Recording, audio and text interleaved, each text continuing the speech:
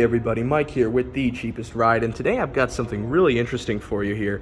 I'm going to show you not only how to get a custom exhaust pipe for the Lyfen KPM, KP, and of course the KPR200 motorcycles, but also how to actually install them today. And the story behind this is really cool. So, of course, as everyone knows, the stock muffler, I gotta be honest, it sounds okay. It's quiet, and there is something to be said about that, but honestly, this bike, especially once you put a custom exhaust pipe on, you realize just how the engine is meant to sound. And to be completely frank, that's just not what you get out of the stock pipe here.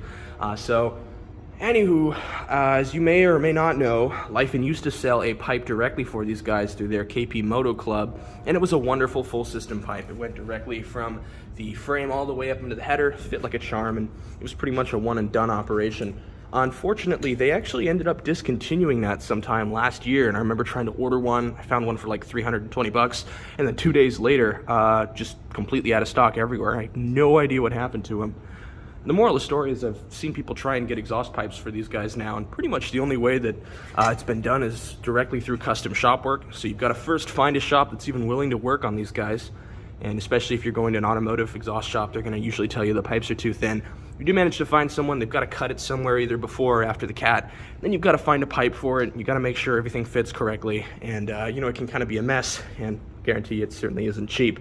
So for me, I've got some connections, and we were able to actually talk directly to some of the manufacturing partners that work with Lyfen. And with a little bit of help from some of my engineering buddies, we were actually able to bring a pipe to market for this guy. Now this is a full system with a exhaust here. I do apologize, it's a little dirty. That's because I've been running it for about a month now to make sure everything works well. And to be honest, this is how this bike should have came from factory. It sounds absolutely beautiful. So today we're going to go ahead and show you not only how to get one, but also how to install this guy. Okay, so for this project, you're going to need two tools, and they're about as bare bones as it gets. What was important to me in making this with the installation tutorial and of course the pipe itself was to make it so that anyone could design this or anyone can install this with pretty much basic tools they've got lying around. So all you're going to need is an adjustable wrench and a pair of pliers. Just like that, you'll be able to install the custom pipe pretty easily. You're just going to have to pay attention to 4 key areas on the bike. So the first one's going to be this exhaust stay right here. This is a two-sided bolt. You've got a bolt and nut that just goes around that actually holds the pipe to the rear end of the frame. On this side, we're going to have our 2 exhaust bolts. These are the actual ones that go into the engine header. Those are important. They're pretty easy to remove, and I'll show you. We're actually going to be installing a different pair of bolts over them, but it's really simple to do, and it comes with the kit, so I'll show you that as well. And finally, we have the O2 sensor. Now, the fancy way to do this is to reach up inside the motorcycle, unplug the connector, and take this guy out really easily. To be completely honest, it's a nightmare. You either have to remove all the fairings or have incredibly tiny hands, and the connector, of course, has about 1 million different quick release latches. So what we'll do instead is show you a cheap way to pull this guy out without damaging anything, and it's going to make it a lot easier. Just pay attention to these 4 areas as we work through the installation of the exhaust pipe. So that first hanger bolt's pretty simple to get off. There's a nut and a bolt. All you really have to do is take the pliers on one side and take your wrench on the other side to pull them off. Now, one little trick you can do to speed up the process is to grab yourself a simple pair of sockets. Then you can speed it up a little bit by doing it by hand. This is going to be a 14mm bolt. Go ahead and put that guy on, use the wrench on the back. And most people will have something like this laying around, so it shouldn't be a problem. And you can pull that off pretty easily.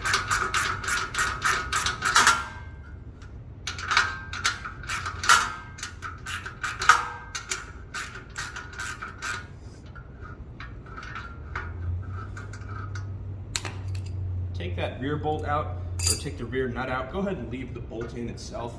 That's just going to stabilize the exhaust pipe as you kind of take more and more off. In the very end, you'll be able to slide that right out. Now, you can right now, but it's best if you don't. It'll make your life just that much easier. The next thing we'll want to do is work on the O2 sensor here, and we're going to want to remove this, and there's a really easy way to do that. There's 4 wires that actually connect the O2 sensor up to the ECU. You can try and go in there and remove it, but the connectors themselves are kind of a nightmare, like I said. So what I do is just pinch the end of the cable, twist the sensor off, and then once you get to the point where you can start to hand loosen it, which we're almost at. Come on, buddy. There we go. Once you get to that point, use both hands in here to hold and twist. And we're literally just gonna let those wires twist right up, pull this guy right out. You only need to turn this about 5 or 6 times for it to actually come out. And once you do, just like that, your O2 sensor's out. If you need to, for whatever reason, do an O2 plug chop, now there's your chance. But otherwise, you're already halfway done with the disassembly process. Now, the engine bolts themselves are definitely the trickiest part in this whole procedure here. Luckily, with our pair of pliers, it's gonna make it pretty easy. Now, the trick to these guys is to kind of use leverage to pull the first one off, and then let the second one slide right off after that. So what we're gonna go ahead and do is just take this side. You can either use this, or if you wanna be a little bit nicer, it might actually be easier to use the adjustable wrench. Like I said though, this is a really straightforward process, and that's kind of the beauty of this system. So, go ahead and set our wrench up. Now keep in mind, most of the time that you work on this is going to be spent just trying to finagle your way through the exhaust system. These bolts are not easy to get in there and work with, but if you have enough patience, they'll treat you well, and you'll get what you need to get done. Keep it coming.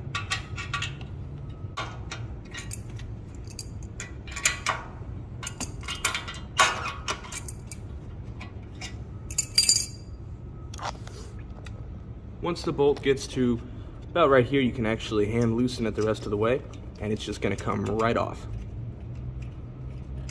Okay, look at that. There we are. Now for the next bolt, it's a little trickier, but we can leverage the fact that we kind of hand tightened it to work in our favor here. Go ahead and grab your wrenches, or your pliers, excuse me, and grab the bolt lengthwise. Now it should take some tries, but you should be able to start to loosen it. Again, patience is very key here. A pair of needle nose pliers will also set you up for success here. One trick you can use is to use the cover that goes here, this bracket, and pull it towards you. Doing that changes the amount of pressure between the bracket and the screw, which allows you to hopefully get it in a position where you can start to hand tighten it. Okay, so we're finally at a point where we can start to hand tighten or hand loosen, and you can just fit your finger in there, very gently pull that screw out, or pull that nut out. Keep it coming.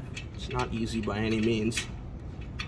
Again, this is the easiest way to do this without removing half the bike, so for what it's worth, I think it's still a lot easier to do this, and actually probably still save time.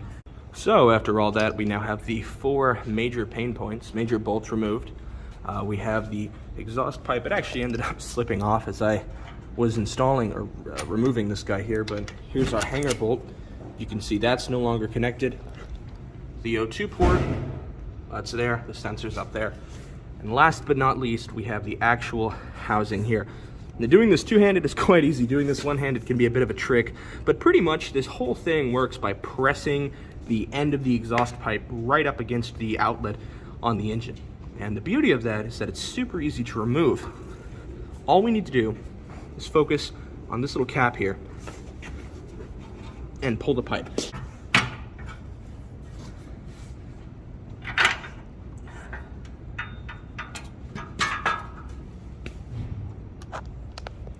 Okay, just like that, we've removed the exhaust pipe. That's the stock one. Feel free to keep that.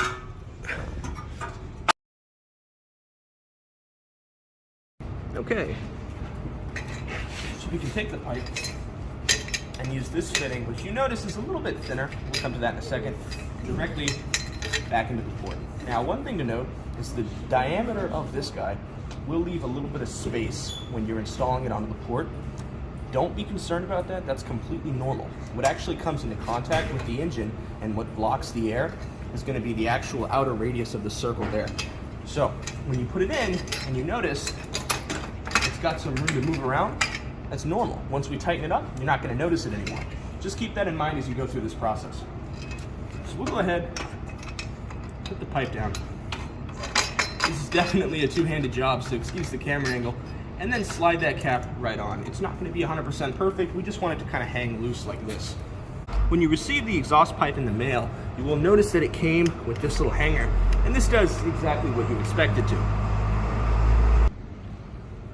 This guy's going to go right over the exhaust pipe here, interface with the exhaust hanger here. One thing you'll notice is that this guy's actually going to hang on the outside, whereas the stock pipe went on the inside. Because of the way this is set up, it's actually just as easy to do it here. And the cool thing is you're going to seriously increase your lead angle by doing so. Slide that bolt through, take the nut on the other end, and start to tighten it. You can tighten it by hand and leave it, or you can tighten it all the way. I recommend just leaving it with a lot of wiggle room right now. And when we get near the end, we can finalize that guy up. Okay, so the next step is going to be working on fixing this guy to the engine itself. In the bag of goodies that you get in the box, there are going to be 2 hex nuts that are going to fit the best on here. If for some reason you don't get them, let me know and I'll be happy to send them to you, but they all should come from factory. They're going to be these 2 right there, these tiny little men. Now what we're going to go ahead and do is screw these on first before reinstalling our original nuts. And what that's going to do is account for the extra space that you get by having this thinner actual attachment plate. So let's go ahead and start tightening them up. You want to do the right one first. That's the one that's harder to reach. And I'll show you why in a second. That's going to come into our whole little leverage play I was telling you about earlier.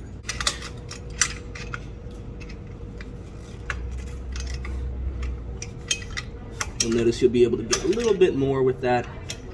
We really want to have this as much as possible done so that when we do the right side, it's actually going to pull and put pressure on that left bolt, and it evens out the pressures, even though right now they may not be. It's a neat little trick that really makes you do one job, one bolt, and it's going to account for the whole pipe. So there you go, that's the first bolt done.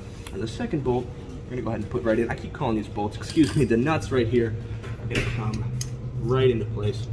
We'll do the second one, the outermost one now. And as we finger tighten, you can actually see the plate get pushed forwards.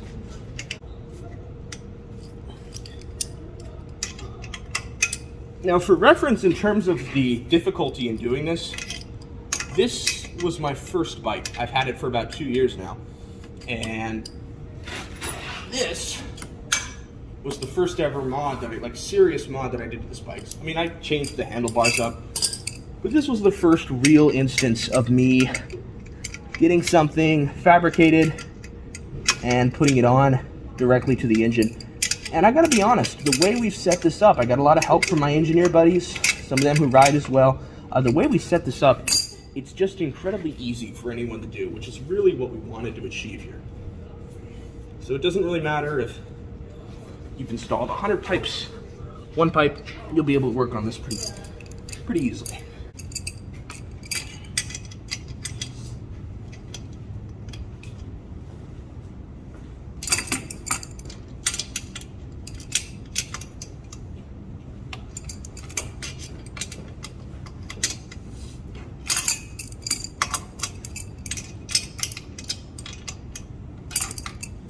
Now you'll know you're finished tightening this pipe up once you see that there's no threading left between the nut itself and the standoff coming up from the engine. So once you have that on both sides, you can do a little test right here, and you can see as I shake it, it's not even moving. At this point, the front side is almost completely done. The last thing we're going to go ahead and do is install the O2 sensor. Now you'll notice it's relocated a little bit. That's not really a problem at all. It was more or less just by nature the way that this thing was designed. But since we left it connected, we need to go ahead and take this guy and reinstall it. Now if we just go ahead and tighten it, we're going to twist up the wires, and we really don't want to leave them in tension. So the trick that we've used here is to twist it about 6 turns to the left, like so. And then what you're actually going to do is from there, just install it. And as you screw this back on, it's going to even out. It might fight you at first, and you will have to kind of play with the wires here, so you can just pull them around like that. So now, once you're finished with that portion, tighten them up. You got yourself a Tightened O2 sensor. Now, one thing I will recommend is to go underneath here and pull the extra slack up, like so. And the reason that that's useful is because we really don't want these wires touching the hot exhaust pipe coming out directly from the engine. That's just not really going to do anything good for anybody. Now, the next step here, honestly, this isn't completely necessary. If you have blue Loctite, I wouldn't even worry about this step, but just to really keep things clean, what we'll do is reattach these final nuts here. These are just going to go right on top. Try doing this while filming, you'll see how fun it is. Let's go ahead and zoom in there. Hey, and there you go. Once that's tightened up, give it one final little tighten up, and that pipe is on very securely. You can test this too with a little wrench, just make sure you can't pull any more. And finally, we can go ahead and tighten up that exhaust hanger there. Again, that's just a 14mm head. Tighten it until it presses all the way down.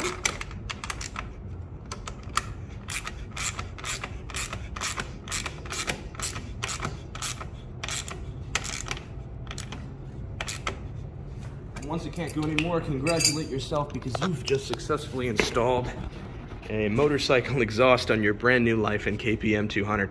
And there you go, just like that. About 30-40 minutes, you got yourself a full exhaust system ready to go for your Lifen KP200 series bike. Let's go ahead and go for a little ride and, well, get a pure sound test.